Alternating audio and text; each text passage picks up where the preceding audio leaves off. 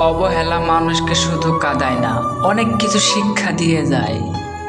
অতীত অবহেলা পাওয়ার পরেও মানুষটা নিজেকে অনেক পরিবর্তন করে ফেলে। শত্রুর আঘাতের চেয়ে বেশি যন্ত্রণাময় হলো প্রিয় মানুষের অবহেলা। জীবন কেটে যাচ্ছে জীবনের নিয়মে, কিন্তু স্বপ্নগুলো পড়ে আছে অপূর্ণতায় খেয়ালে। আমি আর কারো প্রিয়জন হতে চাই না, তবে কারো প্রয়োজন হলে আমাকে ডেকো।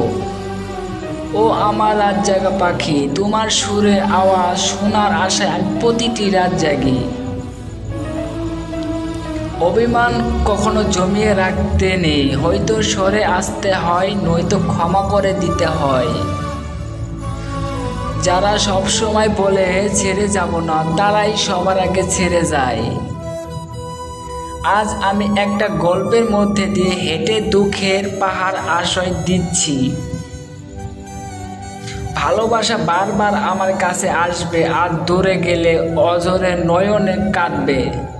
একটা কালো মেয়ে আর পকেট ফাঁকা খালি ছেলে বুঝবে বাস্তবতা কত কঠিন। যে মানুষটা রাত জায়গায় শিখেছে সে এখন ঠিকই ঘুমায়, কিন্তু আমায় ঠিক মতো ঘুমাতে পারি না। জানি না সে আমার নয়, তবু তাকে হারানোর ভয়। মনের শহর পুরোটাই ফাঁকা, যে শূন্যতা সারাক্ষণই পড়ে থাকে তোর জন্য আমার বুকের বাম পাশে।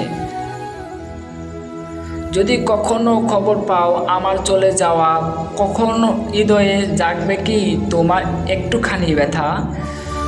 বুঝতে দাওনি কখনো আমাকে, সাজিয়েছ যা হৃদয়ে ছায়া হয়ে ছিলে বাম পাশে। বল কি করে চলে গেলি আমাকে রেখে? রাগ বা ঝগড়া দুটোই একরকম, থেমে যাওয়ার পরে বোঝা যায় কতটা ক্ষতি হয়েছে। এরকম গল্প শুনতে আমার চ্যানেলটি সাবস্ক্রাইব করে দিবেন।